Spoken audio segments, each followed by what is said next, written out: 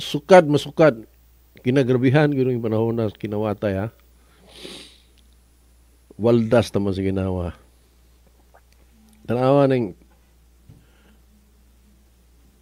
kuan kaning nakuha nila nga mga salapi sa highest pork allocation sa 19th Congress mga higala, meaning 2023 to 2025.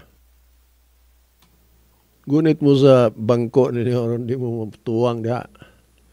Tanawa, Sandro Marcos. Inumdum mo itong isyu ni Napoles, kato sila Jinggoy, o katong panahon ni Pinoy nga, gipamayran sila, pinagi sa kanang PDAP. Millions naman to. Oh, millions na to. Kaning ilaron, billion yun, mga higala. Oh, Sandro Marcos, 15 billion, 792 million, 165,000. 15 billion, ha? 792 million, 165,000. Si Sandro Marcos na. Ikaduha, Martin Romualdez. 14 billion, 430 million. Ikatulo, Ricardo Cruz Jr.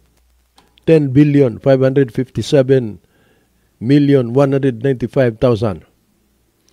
Eleanor Bigtang, 9 million, 9 billion. Dili million, bigot, 9 billion, 374 million, 901,000. Oh, na si Kuan.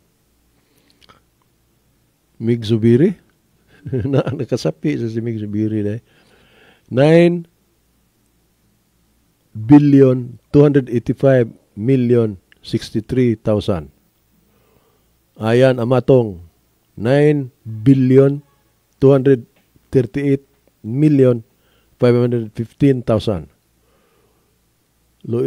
Loisa Loren Quarisma, 9 billion, 46 million, 677,000.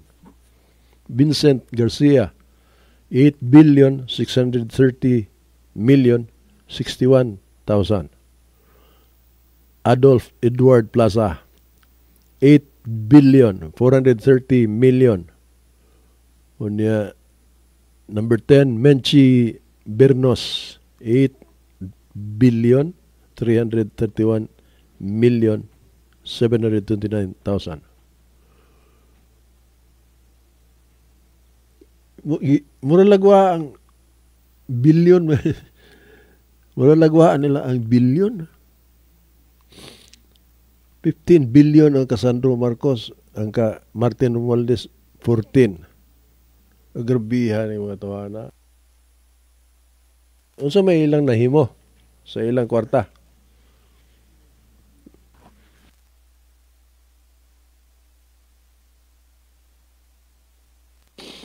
Naon tay project nga ikapanghambog.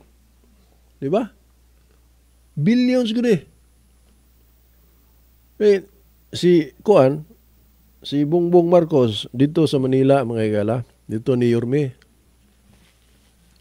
Inaugurit sila sa Kuan kanang housing project ni Yorme. Kita ka na puloy. Pila to kalibo ang na-accomplish in 11 months naman to.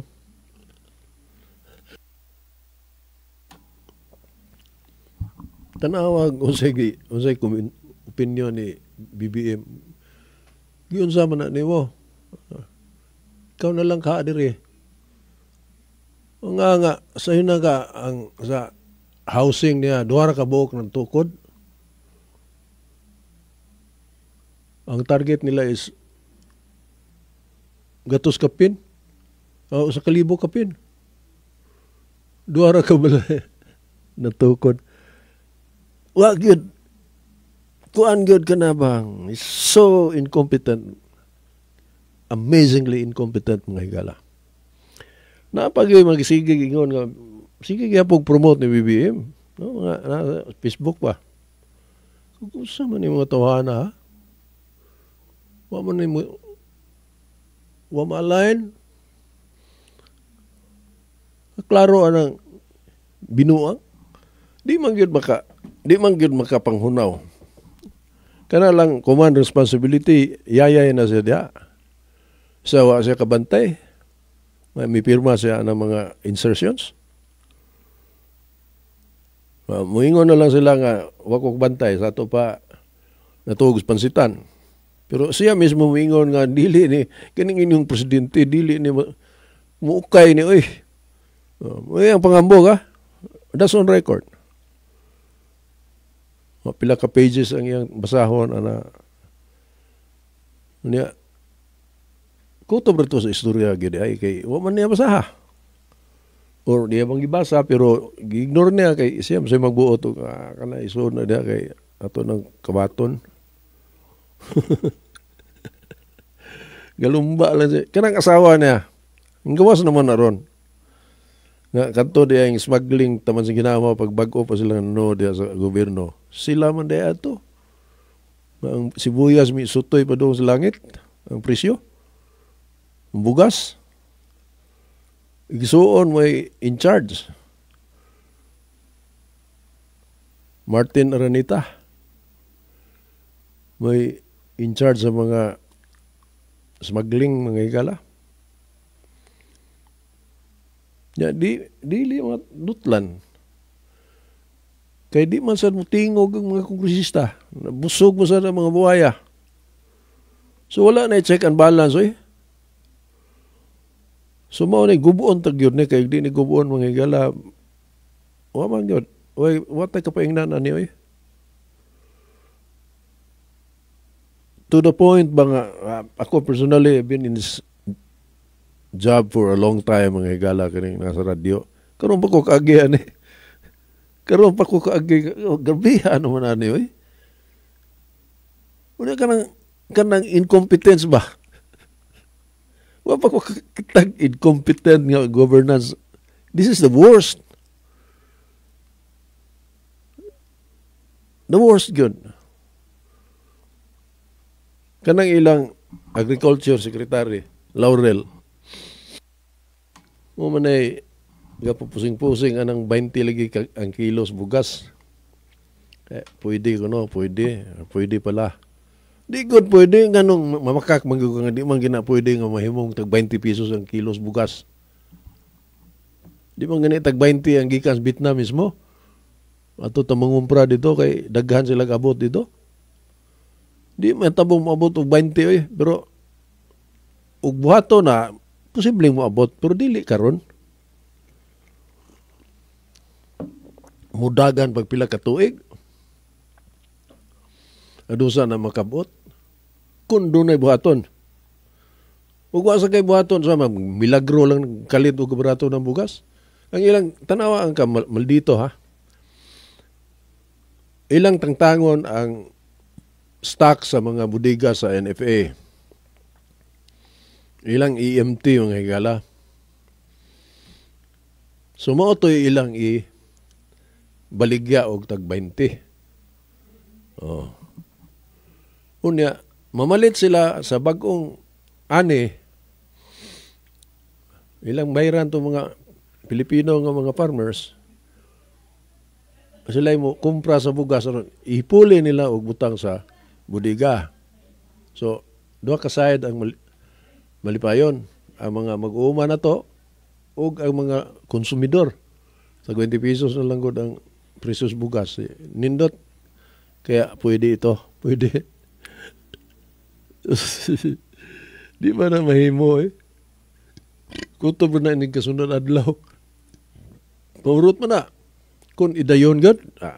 So, target na lang sila. So, good na sila target lang. Wag gyapon ang yung mga tao imong ilaron.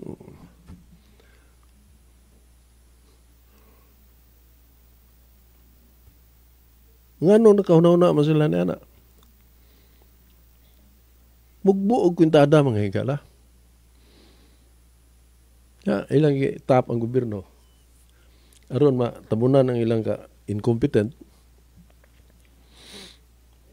Ilang gi tap ang Department of Trade and Industry, DTI, na i-implement ang bugas nga mao ni presyo. Mula pa sa anak, mag-atubang og silot. Ingon ang mga rice traders, nganong amo man ang buhaton? Wa may kalamidad. Wa man may magpahimos tungod kay nay kalamidad among gipaskaan among presyo. Wa man there is no state of calamity niya nganong kamo may magbuot sa presyo. O kamo nang tumanon, ikuntahan na yon. 30,000 ang alkansi matag semana. Kinsa may negosyante magsusustiner ana. Ug mao na nirame. Kaloy sa Dios, pila ra to ka semana, duha ka semana. Undang na sa nila ilang palisi nga kanang musilot sila sa kag presyo sa bugas. Kaya di man mao surrender sila sa mga dealers. And rightly so.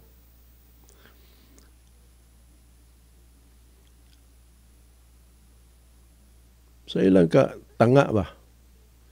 Ambot og naabay economic manager si BBM nga Mantigo. Murag wa si Rico na may kita na to niya susukit-sukit bitaw ni Marcolita wa. Nang lipaghong.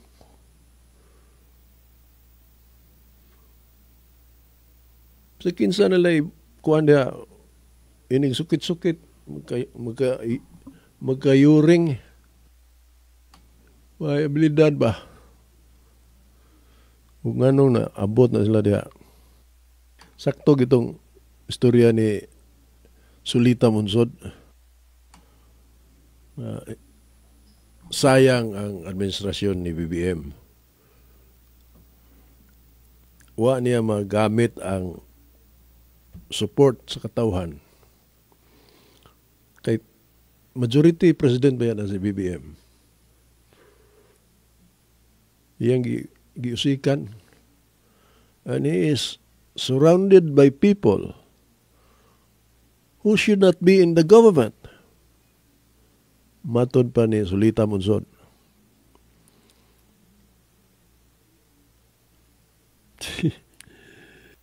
Tanawa iyang mga tao katong DLG sa unang hindagan pagka senador, maghiwi-hiwi sa ng baba. Abalos. Oh, utro sa to. Maghiwi-hiwi mo sa baba to. Una yung mga barkada niya sa una. Sila naman ng idara. Laag magabi, disco, stargazer. Kasi may magtuo mga bot na sa posisyon yun na nakatagdagkong posisyon. Nangabot ya. Awang hindi ka makapaabot o kung sa'y kayuha mapaabot ni mga ng klasiya sa mga tao nga di man ginakaibaw.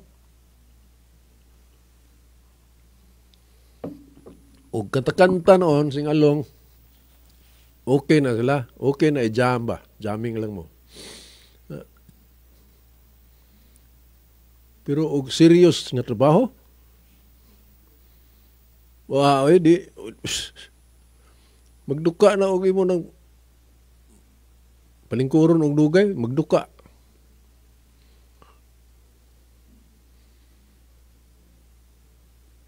Nya naa sa gobyerno. Kinsa pa may makita na to nga di gyud ang nga naa sa gobyerno. Aka na lagi si Rimulya. Ganun siya ilog-ilog ang ombudsman. Dito Soto, anong siya ilog-ilog ang kuan ka ng Senate President. Yumayon naman to unta si Escudero. Ilang giilog.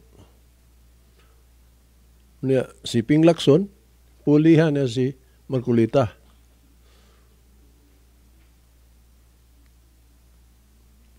Mapya gyud, mapya mga higala. Na ilang ICI, muso may kapuslanan na ICI na mga ngan gipambutang mga dagkungan na si Martin Romualdez, apil na. Pero ang gipangdakop, tanaw na mo sa picture kinsa man tao luuya ni mga tuwanaw eh. Luuya ni, maluoy ka magtanaw. Kani mga tuwana, walang yun eh. Kana bang, naapil lang yun sa Ratsada bitaw. District engineer, nga, quality control. Magtanaw ka sa ilang mugshots. Kana ng orange na color nga t-shirt. Maluoy ka magtanaw eh. Mo ni ilang ipanghambog nga bagong Pilipino, serious. Ay, pang dakop, ingon kag usaman tanaw na. Unsam din na sila. Baboy, kanding, tao man na, mga kota na, priso na. Sila ebidensya nga, serious sila. Pero ang mga nagko kay kinuha, si Sabit Singsong doon, sige na lang, napagaw na lang si Sabit Singsong, sige, istorya nga, inspeksyonan ninyo rin sa Ilocos, kanang mga flood control ni Sandro, riyanan dire, nga pa sa mga video, adto noon sa Davao, kada daog, kanang magnifying lens. Anak, yabag yun, Sus Maria. Di, unsa man yung klasiya sa mga tao eh. Katuo na sila, mga bulok na kayo ilang pananaw sa mga Pilipino siguro. Bulok yun, ilang tanaw, bugo pa naman ito, ato lang ng istorya, pakitang gila sa lang ta, ginagmay. Total, di man kasabot ni mga tuhan. Yun ba? Akong tanaw. That is how their brain works, mga higala. Kay tinunto magawad ka ng ilang mga propaganda. Usa may ilang pagtuo, di ta kasabot, klaro ang tinunto mo ng inyo, pero insister yun sila. Insister sila nga, the best president ever. Bongbong Marcos. The best president. Ang bait talaga. Unsa man dinumog, kanang dinumog oh. Dinumog. Ano sa man naman dumog siya eh. Sa katong panahon nila ni Sara, katong Andrew E. Si Andrew E. Nahimo kong isisyo si Andrew E. Ingon, ang pangutana ba? Talagang laos na ba talaga si Andrew E? Kaya wala naman musikat, katong pagralin lang tong midterm election mga higala. Si Andrew E. Mangyapo yung entertainer nila. Si Andrew E. Sa usual niya nga gimmick, kanta siya, maghubo ba? Kanang iyang t-shirt nga paningot, yan ang ilabay. Ilugan dahil na sa mga tao. Pag-ilog, para itong Inday Sara Duterte. Hubuon dahil yung t-shirt, ilabay, mag-ilog dahil yung mga tao. So, kanto pag midterm election, huwag yan po yung gihimo niya, inigitsa na sa t-shirt mo may muilog. Butog pa man lang nito sa sahog ang t-shirt ng gitsa ni Andrew E. Naday writer san nga. Laos na ba talaga si Andrew E? Agbay pa rin laos si Andrew E. Ulian lang na ito kumpanya sa 2022 election. Karon wala eh. Ay nako maghigalamot sa lang ni. Sige, magampo lang ta kanunay tamo wadan sa paglaom. Mura na itong option. We have to work, but the way it is, divided man sa ta. Kato lang, ilang rally, ang mga komunista, di man masugot kung musagol dito ang mga DDS. Ang mga DDS, di man sa musagol kay, ang apilon mo si Sara para sa inon sa nila. So, pila to ka milyon ilang target ito? 1 million piso. Wow eh. Diuter na nambong. Sa ato pa, divided we fall. And that is to the advantage of this administration. Bisan og incompetent na sila, pero sa minarunong, competent kaayo. Mga marunong yun. Susbida, marunong kayo.